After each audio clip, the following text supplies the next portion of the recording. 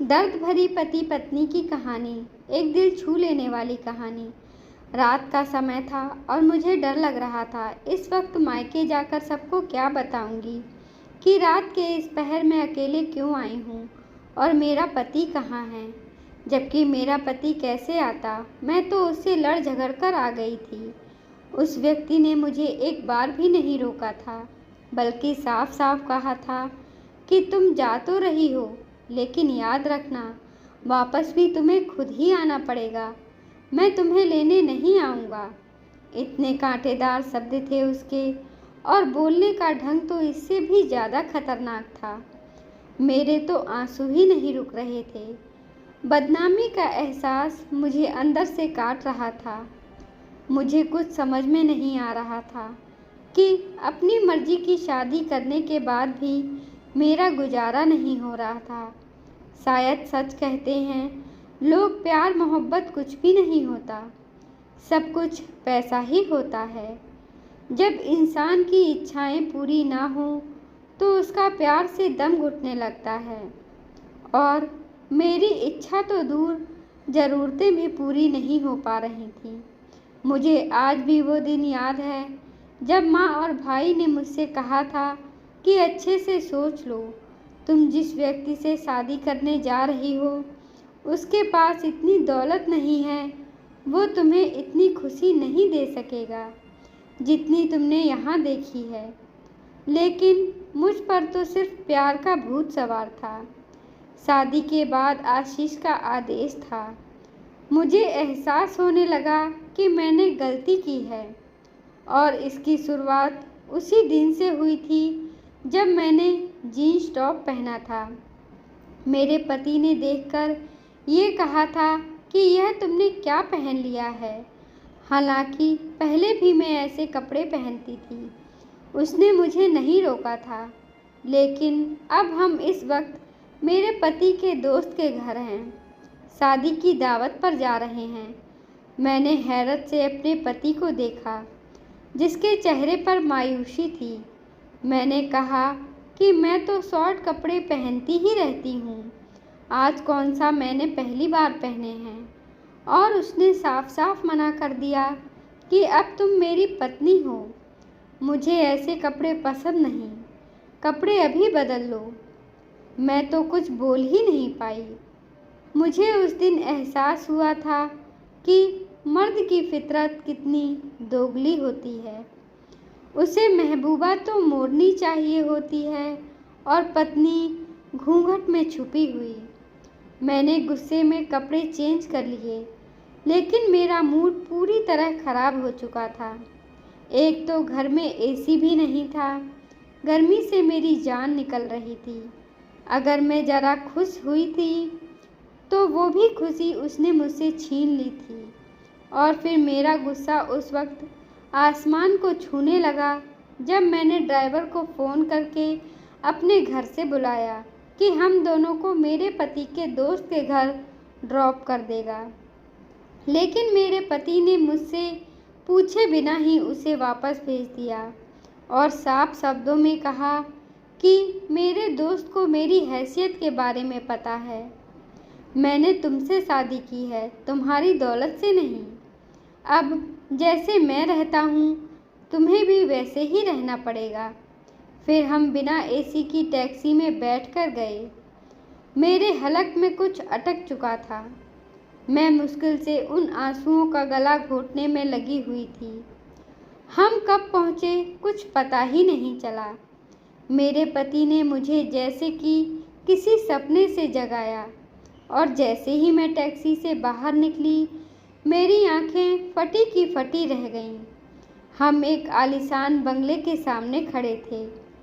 मुझे पता ही नहीं था कि मेरे पति का कोई दोस्त इतना अमीर भी था। मैंने हैरत से अपने पति की तरफ देखा, जो अब टैक्सी वाले को किराया दे रहा था। उसके बाद उसने दरवाजे की बेल बजाई। मैंने फ़ौरन अपने हुलिये की तरफ देखा। सादा सी साड़ी में मैं उस आलीशान घर में जाने के काबिल नहीं थी। अब मुझे गुस्सा आ रहा था कि मैंने वो कपड़े क्यों उतारे थे, और फिर गार्ड ने दरवाज़ा खोल दिया। उसने अच्छे से हमारा वेलकम किया और एक नौकर हमें अंदर लेकर आ गया। जितना बाहर से खूबसूरत था, अंदर से उतना ही दिलकश था। हर चीज़ में खूबसूरती झलक रही थी। मुझे फ़ौरन अपना मायका याद आ गया, जो मैं अपने प्यार के लिए छोड़ आई थी। मेरा दिल टूट गया था। और फिर मेरे पति का दोस्त बाहर आया। उसके साथ उसकी पत्नी भी थी। दोनों को देखकर मैं हैरान रह गई थी। वो दोनों एक दूसरे के संग इतने खूबसूरत लग रहे थे। उस लड़की ने बहुत ही मॉडर्न कपड़े पहन रखे थे। दोनों ने फूल देकर हमारा वेलकम किया। मैं आज तक बड़ी बड़ी शादियों और पार्टियों में गई थी और लाखों लाखों के कपड़े पहनती थी, पर इस वक्त मैं बिल्कुल वैसी ही लग रही थी जैसे हमारे घर की नौकरानी। अंदर का माहौल इतना ठंडा था कि मुझे कुछ देर बाद ही ठंड लगने लगी। मैं तो उन सब चीज़ों की आदी थी। गर्मी तो मैंने कभी देखी ही नहीं थी। मेरा पति अपने दोस्त से हंस हंस कर बातें कर रहा था और उसकी पत्नी खाने पीने का इंतजाम देखने चली गई। मेरे पति के दोस्त ने कहा कि भाभी, आप बहुत अच्छी लग रही हैं। उसने आंखों में आंखें डालकर कहा, अभी भी मोहब्बत करने वाली औरतें दुनिया में मौजूद हैं, वरना आजकल तो औरतें पैसों पर मरती हैं। उसकी बात से मुझे कुछ हुआ था। मैं चुपचाप बैठी रह गई। एक खुशगवार माहौल में हमने खाना खाया। मेरे पति का दोस्त थोड़ी थोड़ी देर बाद उससे बातें कर रहा था। वो कह रहा था कि मैं कितने दिनों से आप लोगों की दावत करना चाहता था, लेकिन आपके पति के पास टाइम ही नहीं था। और फिर मैंने अपने पति की तरफ देखा, जो खामोशी से खाना खा रहे थे। मुझे महसूस हुआ कि जैसे वह जानबूझकर मुझे यहाँ नहीं लाना चाहते थे। मेरे पति के दोस्त की पत्नी बिल्कुल किसी रोबोट की तरह लग रही थी। वो देखने पर बस मुस्कुरा देती थी, कुछ बोल ही नहीं रही थी। तकरीबन 3 घंटे हम वहाँ रहे। मेरा वहाँ से उठने को दिल ही नहीं चाह रहा था, लेकिन वापस तो आना ही था। हम लोग वापस आ गए। मेरे पति के दोस्त और उसकी पत्नी ने मुझे गिफ्ट दिया था। वापस आकर मुझे उस छोटे से घर में अजीब सा लग रहा था। मेरा दम घुटने लगा था। दिल कर रहा था कि वापस उधर ही चली जाऊं, लेकिन अब तो मुझे यहीं रहना था। मेरे पति खामोशी से कपड़े बदलने चले गए। गर्मी इतनी थी कि कुछ ही देर में मुझे पसीना आने लगा। यहाँ एसी तो क्या, कूलर भी नहीं था। मुझे अब अपने पति पर गुस्सा आ रहा था। उसने वो सब कुछ लेने से मना कर दिया था जो मेरे घर वालों ने दिया था। एक घर और गाड़ी लेकर मेरे पति की आत्मा शांत हो गई थी। मैं यहाँ जल रही थी। कुछ देर बाद मैंने भी चेंज कर लिया और जब मैंने गिफ्ट खोलकर देखा तो मेरी आंखें खुली रह गईं। उसमें खूबसूरत सा डायमंड का सेट था। मैं अभी उसकी खूबसूरती में गुम ही थी कि मेरे पति ने वो मेरे हाथ से छीन लिया और कहा कि इतना महंगा गिफ्ट नहीं लेना, ये हम उन्हें वापस करेंगे। मैंने हैरत से अपने पति को देखा। उसके चेहरे पर गुस्सा था। मैंने सेट को फेंक दिया और सोने के लिए लेट गई, लेकिन गर्मी इतनी थी कि सोया नहीं गया, जबकि मेरा पति थोड़ी देर बाद ही सो गया था। उसे आदत थी ऐसे रहने की, जबकि मुझे नहीं थी। और फिर हमारे झगड़े बढ़ते गए। मुझे महसूस हुआ था कि मेरा पति बड़ा अजीब और सनकी सा था। उसने मुझे जॉब करने से भी मना कर दिया था, जबकि मुझे बहुत अच्छी जगह से जॉब ऑफ़र हुई थी।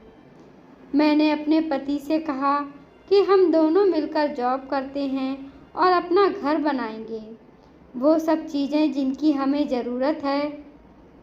लेकिन मेरे पति ने कहा कि मैं तुम्हें जॉब की अनुमति नहीं दे सकता। अब मुझे लगने लगा था कि उसने जैसे मुझे घर में कैद कर लिया है। मैं पागल हो रही थी। मुझे छोटी छोटी ज़रूरतों के लिए पैसे चाहिए होते थे, जो मेरे पति के पास नहीं थे। कभी बिजली नहीं होती तो कभी पानी बंद हो जाता था। एक हफ्ते में ही मेरी अक्ल ठिकाने आ गई। मोहब्बत का भूत मेरे सर से फौरन उतर गया था। मैं तो अपने भाई से भी कुछ डिस्कस नहीं कर सकती थी।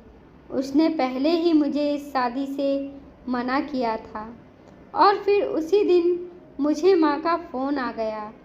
वो मुझे बता रही थी कि भाई और भाभी घूमने गए हुए थे। मेरा दिल दुख रहा था। भाभी ने भाई को अपनी मुट्ठी में किया हुआ था। वैसे तो भाभी बहुत अच्छी थी, लेकिन मेरा भाई उनकी मर्जी के बिना कुछ नहीं कर सकता था। मुझे नए कपड़े की ज़रूरत थी। मेरे पास कपड़े कम थे। मुझे कुछ कपड़े खरीदने थे। मैंने बातों बातों में माँ से कहा और उन्होंने मेरे अकाउंट में पैसे भेज दिए और मैं खुश हो गई। फिर मैं फ़ौरन शॉपिंग करने चली गई। लेकिन जब वापस आई तो मेरा पति घर आ चुका था। उसने गुस्से से पूछा कि तुम मुझे बिना बताए कहाँ गई थी। मैंने साफ साफ कह दिया कि शॉपिंग करने गई थी और मुझे डर भी लग रहा था। मेरे पति ने पैसों के बारे में पूछा तो मैंने कहा माँ से लिए हैं। इस पर उसने अपने जबड़े भींच लिए।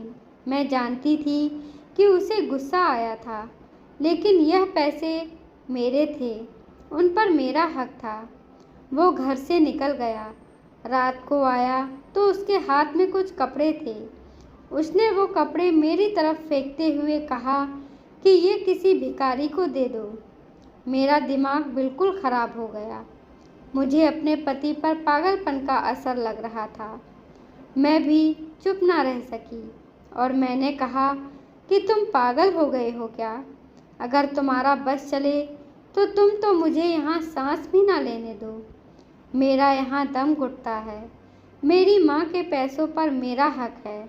वो भी गुस्से से बोला, तुम ही मुझसे शादी करना चाहती थी। मैंने तुमसे कुछ छुपाया नहीं था। और मैं रोने लगी। मैंने वो कपड़े उठाए जो मैंने खरीद कर लाई थी। जब मैं कमरे से निकलने लगी, मेरे पति ने पीछे से कहा, जा तो रही हो मगर आना भी खो दोगी। और मैं पता नहीं कैसे अपने घर तक पहुंची थी। मैं आते ही अपनी माँ से लिपट कर रो पड़ी। उन्होंने पूछा कि क्या हुआ है, पर मैं कुछ नहीं कह सकी। मैं चुपचाप अपने कमरे में आ गई। मुझे अपने पति से नफ़रत महसूस हो रही थी। मेरी मोहब्बत जैसे मर गई थी। अपने कमरे में एसी के साथ मुझे अच्छी नींद आई थी। अगली सुबह भाभी ने मुझे आकर उठाया था। वो मुझसे शिकवा कर रही थी, हम भी रात को ही आए हैं। मैंने भाभी से फ़ौरन पूछा कि भाई आपसे इतनी मोहब्बत कैसे करते हैं? वो आपकी हर बात कैसे मानते हैं? यह सुनकर भाभी के चेहरे पर साया सा लहराया। फिर उन्होंने कहा कि ये तो औरत के नसीब की बात है। किसी को सब मिल जाता है और किसी को सब मिलकर भी कुछ नहीं मिलता। मुझे उनकी बातों पर हैरत हुई। उन्होंने मुझे कहा कि अपने पति के साथ हमेशा वफादार रहो। बस यही एक रास्ता है। अपने पति का दिल जीता जा सकता है। और मैं सिर झुकाए बैठी रही। किसी ने मुझसे कुछ नहीं पूछा। पूरा हताश हो चुकी थी। अपने मायके आए तब ना मेरे पति ने फ़ोन किया और ना मैंने। मैं यहाँ बहुत सुकून से थी। ससुराल के बारे में याद आते ही मेरी आत्मा कांप जाती थी। कभी कभी वो जाली व्यक्ति याद आता था, क्योंकि मैं उससे मोहब्बत करती थी। और फिर पूरे एक हफ्ते बाद मुझे एक अनजान नंबर से फ़ोन आया। मैंने वो आवाज़ पहचान ली थी। ये मेरे पति का वही दोस्त था जिसके घर हम दावत पर गए थे। वह फिर से घर बुला रहा था। कह रहा था कि उस दिन कुछ ज़रूरी बातें रह गई थीं और शायद उसे भी अब तक यह पता चल चुका था कि मैं अपने घर आई हुई थी। मैंने बिना सोचे समझे हाँ कर दी और अगले दिन मैं बताए गए टाइम से पहले ही अपनी लंबी गाड़ी में बैठकर वहाँ पहुँच चुकी थी। अंदर खामोशी थी, कोई भी नहीं था। कोई है? मैंने पूछा। फिर मुझे एक आवाज़ सुनाई दी, दरवाज़ा खटखटाने की आवाज़। तभी मुझे एहसास हुआ कि आवाज़ किचन के साथ बने कमरे से आ रही है। मैंने जाकर दरवाज़ा खोला जो बाहर से बंद था। अंदर का मंजर देखकर मेरी आत्मा कांपने लगी। मेरे पति के दोस्त की पत्नी रस्सियों से बंधी हुई थी। वह बहुत जख्मी थी। मैंने फ़ौरन उसका मुंह खोला और फिर उसने कहा कि यहाँ से भाग जाओ, वह व्यक्ति जानवर है, तुम उसके जाल में मत आओ, सो भाग जाओ यहाँ से। और फिर उसने मुझे जो कुछ बताया था वह बहुत भयानक था। वो अमीर आदमी है, दरअसल एक स्मगलर और साइको किलर था। वो अपनी पत्नी को रोज़ मारता था। पुलिस उसके पीछे पड़ी हुई थी। वहाँ से मैं अपने कमरे में आकर जैसे बेहोश हो गई। मैं बुरी तरह डर गई थी। मैं अपने भाई को बताना चाहती थी ताकि वो उस लड़की की मदद करें। तभी मुझे अचानक उनके कमरे के बाहर से रोने की आवाज़ आई। भाई भाभी पर चीख रहे थे। मुझे आज समझ आ गया था कि सब मर्द ऐसे ही होते हैं। मुझे अपना पति याद आया जो मुझसे मोहब्बत करता था, बस उसके पास पैसे नहीं थे। मेरा दिल किया कि मैं यहाँ से भाग जाऊँ। शाम होते ही मेरा पति मुझे लेने आ गया, लेकिन मुझे उसी के साथ जाना था। वो मेरा रक्षक था। घर के बाहर निकली तो हैरान हो गई। बाहर एक चमकती गाड़ी थी। मेरे पति ने बताया कि ये गाड़ी उसे ऑफिस की तरफ से मिली है। उसने मुझसे माफ़ी मांगी और मैं तो रो ही पड़ी थी। मैंने उसे सब बता दिया। उसने मुझे गले लगाया और कहा, पागल, तुम बेवकूफ़ हो। फिर उसने मुझे बताया कि उसका दोस्त पकड़ा जा चुका है। वह उसका दोस्त नहीं था, बल्कि मेरे पति ने उससे जानबूझकर दोस्ती की थी ताकि उसके खिलाफ सबूत इकट्ठा कर सके। और मुझे ये आज ही पता चला कि मेरे पति एक सीक्रेट एजेंट थे। वो गरीब नहीं थे, लेकिन अपने मिशन के लिए बने हुए थे। मिशन पूरा हो चुका था। मैंने फ़ौरन ही ऊपर वाले का धन्यवाद किया जिसने मेरी आंखें खोल दी थीं और वक्त रहते मुझे बचा लिया था। धन्यवाद दोस्तों।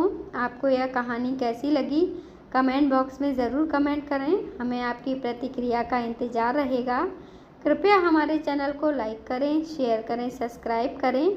धन्यवाद।